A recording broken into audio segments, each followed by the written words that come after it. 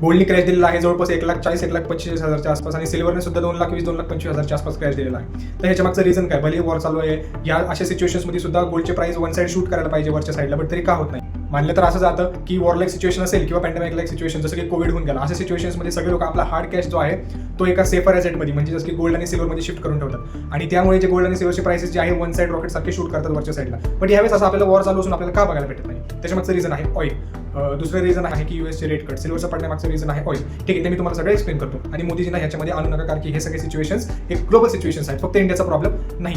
आता आपल्या सगळ्यांना माहिती की हे जे वॉर चालू आहे इराण आणि यूएसच्या मध्ये, हे जे वॉर चालू आहे हे एक वॉर फक्त हत्यारांनी खेळलेलं वॉर नाहीये, हे एक इकॉनॉमिक वॉर आहे. म्हणजे ज्याही वेळेस कुठला बिझनेस इन्क्लुडेड असतो त्यावेळेस काय आहे ते वॉर इकॉनॉमिक वॉर होऊन जातं. म्हणजे यावेळेस जे काय ऑइल इन्क्लुडेड आहे त्याच्यामध्ये हे जे वॉर आहे थोडंसं जास्त चालण्याची शक्यता आहे, कारण की हे एक इकॉनॉमिक वॉर आहे. ठीक आहे, ह्याच्यामध्ये काय होत आहे की ऑइलचे प्राइसेस कंटिन्यू आपल्याला वाढताना दिसत आहेत. इराणने काय केलेलं आहे की स्ट्रेट ऑफ हॉर्मुझ, जिथून सगळे आपले ऑइलचे टँकर्स वगैरे येतात, जिथून आपल्याला गॅस प्रोव्हाइड होतो, जिथून आपल्याला पेट्रोल डिझेलचं जे काही क्रूड ऑइल प्रोव्हाइड होतं, त्या ठिकाणावर इराणने काय केलेलं आहे, एक बंदी घातलेली आहे की तिथून कुठल्याही शिप्सला जायला परवानगी इराणने दिलेली नाही. म्हणून ह्याच्यामध्ये सरळ इफेक्ट जो आहे तो ऑइलच्या बिझनेसवर होणार आहे. ठीक आहे, जर मी तुम्हाला ऑइलच्या मुळे सिल्वरवर काय इफेक्ट होतं त्याच्याबद्दल सांगायला गेलो तर काय होतं की ऑइलमुळे प्रोडक्शन थांबतं.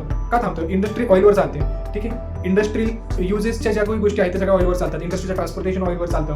ठीक आहे, त्याच्यामुळे काय होतं की ट्रान्सपोर्टेशन जर कमी होईल तर मॅन्युफॅक्चरिंग कमी होईल, प्रोडक्शन कमी होईल. ठीक आहे, ज्या काही गोष्टींमध्ये सिल्वर यूज होतं, जसं की तुमच्या घरातलं एसी झालं, फ्रीज झालं, बाईक झाली, इलेक्ट्रिक कार झाल्या, नॉर्मल कार झाल्या, मोबाईल झाले, टीव्ही झाले, पीसी लॅपटॉप झाले, या सगळ्या गोष्टींमध्ये आपल्या सिल्वरनी बनलेले चिप्स यूज होतात. ठीक आहे, सो त्या सिल्वरनी बनणाऱ्या चिप्सचं प्रोडक्शन मॅन्युफॅक्चरिंग कमी होणार आहे. का? कारण की ट्रान्सपोर्टेशन कमी होणार आहे. ट्रान्सपोर्टेशन का कमी होणार आहे? कारण की ऑइलचे रेट्स वाढलेले आहेत. ठीक आहे, सो या सगळ्यांचा इफेक्ट सिल्वरवर होणार आहे. म्हणून प्रोडक्शन कमी होईल, मॅन्युफॅक्चरिंग कमी होईल, तर मग सिल्वर पण कमी वापरला जाईल. सिल्वर कमी वापरल्या जायला गेल्यामुळे त्याचे जे काही प्राइसेस आहेत सिल्वरचे ते पडले.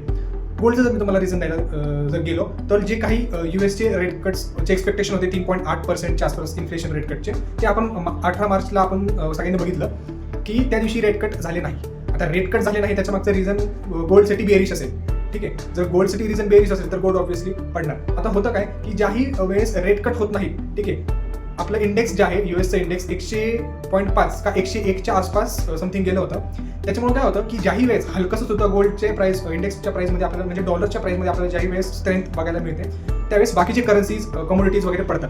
त्याच्यामागचं रिझन असं असतं की ज्याही वेळेस आपल्याला डॉलर स्ट्रेंथ होईल म्हणजे आपल्याला दुसरीकडे ठिकाणी ज्यावेळेस आपण इन्व्हेस्टमेंट करतो, गोल्ड घेतो, सिल्वर घेतो, तेव्हा आपण डॉलर देऊन घेतो. तर डॉलरची प्राइस जर वाढली आहे तर गोल्ड जे आहे वाढलेल्या प्राइसमध्ये आपण घेणार नाही, कारण की डॉलर आपल्याला जास्त भावाने घ्यावं लागतं आणि आपल्याला त्या बदल्यात आपल्याला गोल्ड कमी मिळेल. सो गोल्डमध्ये यावेळेस इन्व्हेस्टमेंट थांबते तर ती सुद्धा न्यूज बेरिश आहे. सो गोल्डमध्ये सुद्धा आपल्याला क्रॅश बघायला मिळेल. $4,000 ते $4,500 आसपास हा जो गोल्डमध्ये आलेला फॉल आहे काल, तो आपल्याला थांबायला बघायला मिळेल. तिथून एक परत 6,000-6,500च्या आसपासची रॅली आपण बघू शकतो, गोल्डमध्ये एक्सपेक्ट करू शकतो. आता हे जे काही प्रॉब्लेम्स आहेत हा एक इकॉनॉमिक प्रॉब्लेम आहे, तर हा ग्लोबल प्रॉब्लेम आहे. ठीक आहे, असं नाही की फक्त इंडियामध्ये सोनं वाढत आहे, इंडियामध्ये ऑइलचे प्राइसेस वाढत आहे, इंडियामध्ये सिल्वरचा यूज कमी होत आहे, इंडियामध्ये गोल्डचे आणि सिल्वरचे प्राइस पडत आहे, असं नाही. ग्लोबली जे आहे गोल्डचे प्राइसेस आणि सिल्वरचे प्राइसेस पडलेले आहेत. ठीक आहे, सो याला कृपया करून कोणी मोदीजीला दोष देऊ नका, कारण की याच्यात मोदीजीचा काहीच रोल नाही आहे. हा जो प्रॉब्लेम आहे तो ग्लोबल प्रॉब्लेम आहे.